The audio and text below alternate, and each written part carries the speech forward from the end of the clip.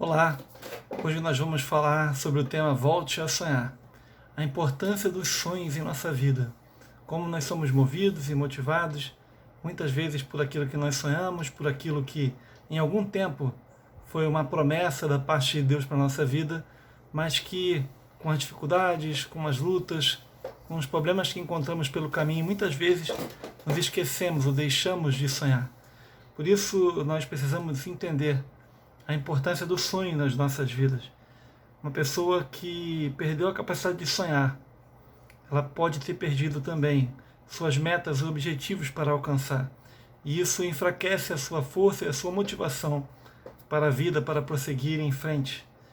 É importante, então, nós sabermos que os sonhos eles são relevantes, essenciais.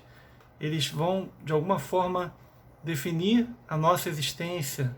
Quando nós olharmos para as nossas realizações, aquilo que um dia foi sonho se torna uma realização e dá todo um sentido à nossa existência. Por isso não devem ser esquecidos. Os nossos melhores sonhos precisam prosseguir. Nós temos o texto de Gênesis 15, de 1 a 18, no qual Abraão, após 10 anos de ter recebido a promessa de Deus, de gerar um filho e a partir dele então ser gerada uma grande nação, ele já havia passado por diversas situações e esse filho ainda não tinha vindo a existir.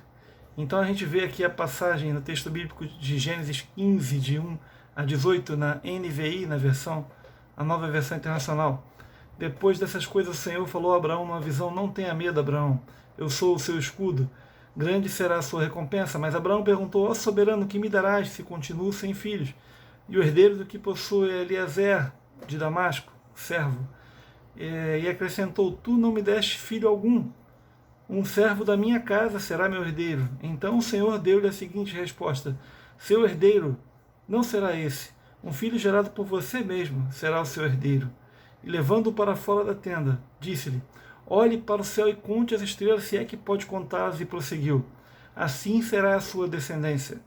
Abraão creu no Senhor, e isso lhe foi acreditado como justiça. Disse-lhe ainda: eu sou o Senhor, que o tirei da terra de Ur, dos caldeus, para dar a você esta terra como herança.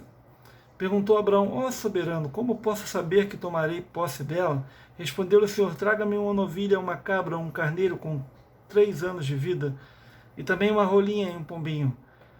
Abraão trouxe todos esses animais, cortou-os ao meio e colocou cada metade de frente à outra. As aves, porém, ele não cortou. Nisso as aves de rapina começaram a descer sobre os cadáveres, mas Abraão as enxotava. Ao pôr do sol, Abraão foi tomado de um sono profundo, e eis que vieram sobre ele trevas densas e apavorantes. Então o Senhor disse: saiba que os seus descendentes serão estrangeiros na terra que não lhes pertencerá, onde também serão escravizados e oprimidos por 400 anos. Mas eu castigarei a nação a quem servirão como escravos, e depois disso sairão com muitos bens. Na 4ª geração de seus descendentes voltarão para cá, porque a maldade dos amorreus ainda não atingiu a medida completa. Depois que o sol se pôs, veio a escuridão, e eis que um fogareiro esfumaçante, com uma tocha acesa, passou entre os pedaços dos animais. Naquele dia o Senhor fez a seguinte aliança com Abraão: aos seus descendentes dei esta terra, desde o ribeiro do Egito até o grande rio Eufrates. Essa passagem ela demonstra um momento de uma conversa direta entre Deus e Abraão, na qual ali é exposto e mais uma vez trazida a realidade de uma aliança de Deus, é renovada-se uma aliança, mas também Abraão pôde expor as suas limitações, as suas dificuldades. Nós temos então 3 aspectos a destacar, que nós precisamos voltar a sonhar os sonhos de Deus.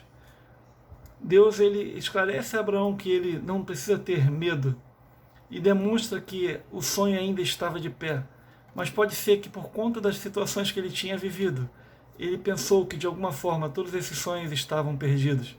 Era necessário então que Deus renovasse essa fé de Abraão nas promessas de Deus. E aí Deus traz Abraão para fora da sua tenda, manda contar as estrelas do céu. E ele pergunta se ele pode, será que ele é capaz de contá-las? E assim será a sua descendência. Deus renova, porque já haviam se passado 10 anos. e ainda não tinha acontecido a promessa. Abraão acabara de voltar de uma grande batalha na qual teve que salvar aí o seu sobrinho Ló. E ele estava já sobrecarregado com o passar do tempo e as coisas não aconteciam. Mas Deus renova a promessa porque as circunstâncias não podem impedir os sonhos de Deus. Deus renovou a promessa. Abraão creu e voltou a sonhar os sonhos de Deus e não os dele. Nós não podemos sonhar os nossos sonhos, mas os sonhos do Senhor. Que nós possamos então ser tomados, renovados na nossa vida, as promessas de Deus e os sonhos de Deus. Também temos o tópico 2, pensamos, volte a sonhar porque é pela graça. É exposto ali um sacrifício em que os reis, eles passavam junto no meio dos cadáveres dos animais cortados. E aí Deus propõe isso a Abraão e ele faz ali um sacrifício dos animais. E no meio desses animais, só quem passa é um fogareiro representando a presença de Deus. E Deus passa sozinho. Por que Deus passa sozinho? Um símbolo da graça de Deus. Um símbolo da sua graça porque Deus sabia que Abraão não era capaz de cumprir a sua parte da aliança. Os reis passavam juntos, em símbolo que se um deixasse de cumprir, o outro teria o direito de matá-lo. E Deus não expõe Abraão a esse sacrifício, a esse tamanho esforço numa aliança, porque Deus sabia que Abraão não era capaz. E aí um símbolo da graça de Deus, que Deus vai cumprir a promessa dele, mesmo que nós fraquejarmos, mesmo que nós estejamos pelo caminho aí, às vezes com muitas lutas e dificuldades, ainda assim Deus é fiel para cumprir a sua promessa. Ele mesmo é a nossa aliança, Ele mesmo é o nosso sacrifício, por isso Ele não exigiu, porque é pela sua graça. Volte a sonhar então, porque Deus é a nossa garantia.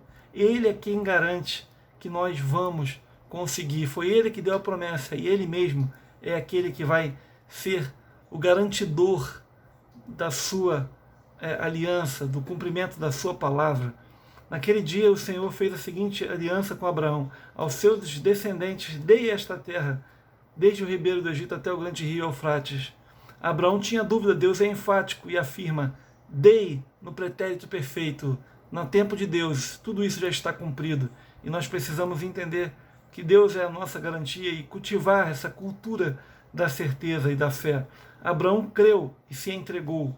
E essa entrega fez dele o pai da fé. Essa entrega fez dele mais à frente poder cumprir, ver cumprido. 15 anos depois ele viu se cumprir a promessa de Deus. E ele viveu os sonhos de Deus. E hoje várias nações estão aí pertencendo ao reino de Deus. E todas elas são filhas da fé de Abraão. Então se cumpriram os sonhos de Deus, se cumpriram na vida de Abraão e ainda estão se cumprindo, assim como também na nossa. Por isso, todos nós podemos tomar posse dessas verdades. E se você já esqueceu de algum sonho de Deus, que eles sejam renovados. Que pela graça, creia e viva os planos de Deus. Não é pela sua força, não é pela sua capacidade. Não fique pensando pessimista que se você falhou, tudo está errado. Não. A verdade é que Deus continua sendo fiel e vai cumprir os sonhos dele na sua vida. Se entregue completamente à vontade dele e viva os planos de Deus.